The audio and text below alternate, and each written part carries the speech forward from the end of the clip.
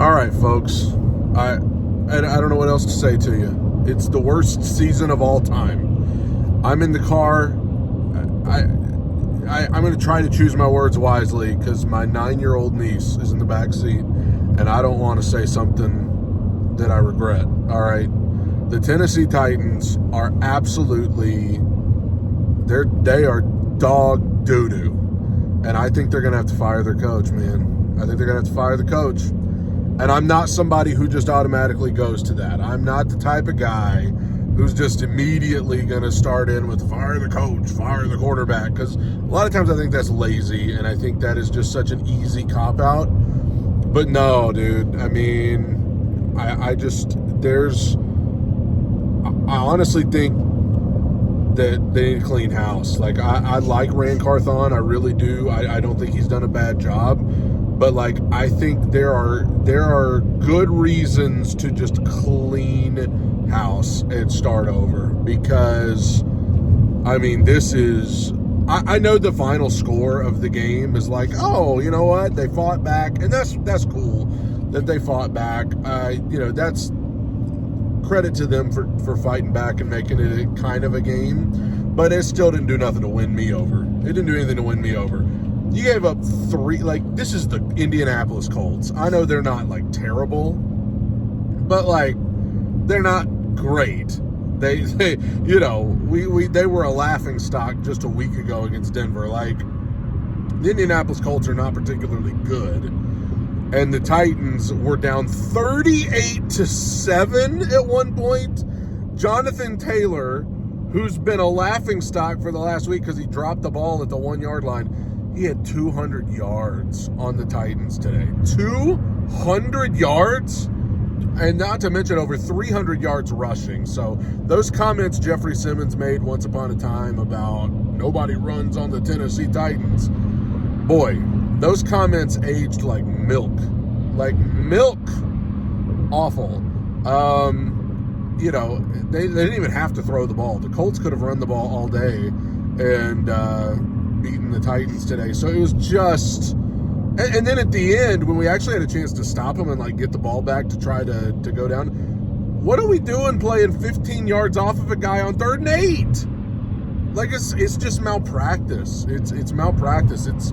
It's a laughing stock, and it shows you that, like, people like Stephen A. Smith that tried to push the narrative this week on ESPN that, like, oh, poor Brian Callahan, he's had to deal, it's all Will Levis's fault. I'm not a Levis defender. I've already told you, like, you got to move on. But, like, there was this idea that Will Levis was the problem and that with a new quarterback, things would just magically get better. I think what you saw today is that it's not just Will Levis. There are a lot of, like, Will Levis does not deserve to be let off the hook at all. But this idea that, like, oh, it's a Levis problem and everybody else is just a victim of being on this team with Will Levis. It's like, no, there's a lot happening here. And all of you that have tried to tell me, well, we need to make Denard Wilson. Hey, no coughing during the video. Sorry. I'm just kidding. Anybody that's been saying, we need to make Denard Wilson the head coach. Have you been watching the defense, bro? Like, you want to make Denard Wilson, he just gave up 300 yards rushing. Like, and once again, this team came out flat. They looked like they didn't want to be there. It took getting down 38-7 for them to finally, like, start doing anything. Just because they were on the verge of getting so embarrassed that it was unforeseen. And so, like, I don't know, man. I don't, if Amy Adams Strunk is going to fall for, well, look at how we fought back after being down 38-7. If she's going to fall for that, then she deserves what she gets. Like, she deserves what she gets if she's literally going to fall for, look how much we fought when we got down by 31 points. Then you deserve what you get. I am not somebody who just automatically goes to fire the coach, especially when they're a first-year coach. I understand it's not ideal, but I just don't know. I don't know how, after these last 3 weeks, I mean, this is worst case scenario for Brian Callahan. Everything that needed to happen for him to be a one-and-done coach is happening. The Jaguars game was awful. The Bengals game, awful. The Colts game with someone else at quarterback. Oh, if we could just have somebody else at quarterback, we could properly run the offense. We need a scapegoat. Well, you can't use a guy as a scapegoat when the team still is horrible without him in there. Like, and now Brian Callahan has the audacity to be like, we don't know what we're going to do at quarterback for the last 2 games. You're going to go back to Will? You can go back to him? I mean, it really doesn't matter. We're terrible either way. Like, it's like choosing between diarrhea or a runny or a solid turd. It's like choosing between diarrhea or a solid turd. It's either, like, it's one or the other. It's bad either way. It's feces either way you cut it. So, Merry Christmas, everybody. But yeah, I don't know what to tell you about this. But I literally, when they came out from the half, like at halftime, I said Brian Callahan might get fired. And when they came out from the half, and the first thing that happened at the second half with Jonathan Taylor with like a 75-yard touchdown or an 80-yard touchdown or whatever it was on the first play, second half, I was like, he's getting fired. I was like, it's not even ifs, ands, or buts. Like, he's getting fired. Like, they're going to have to fire everybody. Like, it's that bad. What can go wrong will go wrong with this Titans team.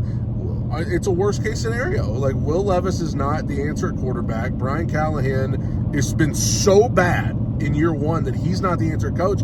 I don't know, like, if you're going to get rid of those guys, as much as I like Rand Carthon, I mean, there's a case to get rid of him too, even though I don't think he's done a bad job. But, like, I right now, I just want to cut ties with everybody. Thought Jeffrey Simmons left a lot to be desired today. I know he wasn't the worst, but, like, first defensive play of the game, you're going to get an offsides when they're on their own 1-yard line. Then he had a personal foul. Devondre Sweat got hurt. I do understand inside linebackers. We've got some very inexperienced guys in there, but still, like, it's just embarrassing. The best way I can say it is the Titans are just so unserious. They're an unserious team. This is not professional football we're watching when they're on the field. They are a parody of football. They're not even playing at a level that even Jacksonville is playing at a higher level. I think them and the Giants, maybe, like, the Titans and the Giants may just be in a league of their own this year, but, like, they're just awful. And it's embarrassing. Like, they don't do anything well. The only thing they do well is try to scratch and claw back when they get down by 31. And you can talk about soft. They're soft. Somebody said they're soft. Like, dude, I wish Brian Callahan would get as angry about performances like that today as he does about the idea that they could be labeled as soft. Because I don't know if it was soft, but it was definitely awful what I saw today. Even if you're not soft, you're just not good at all. Terrible. So, I mean, I'll tell you what. I'm going to say this because my niece is in the car. It's Skibidi Toilet.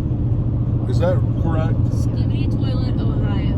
Skibidi Toilet, Ohio. I feel like I'm in the toilet right now. I feel like I'm in the toilet being flushed.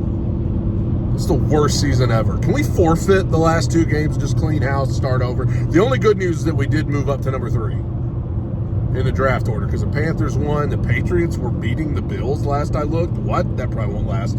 But the Raiders need them to beat the Jaguars. So some good things happening there, but, like, I think Amy needs to just, and I hate that, but I think she needs to clean house. Skibidi Toilet. Bye, everybody.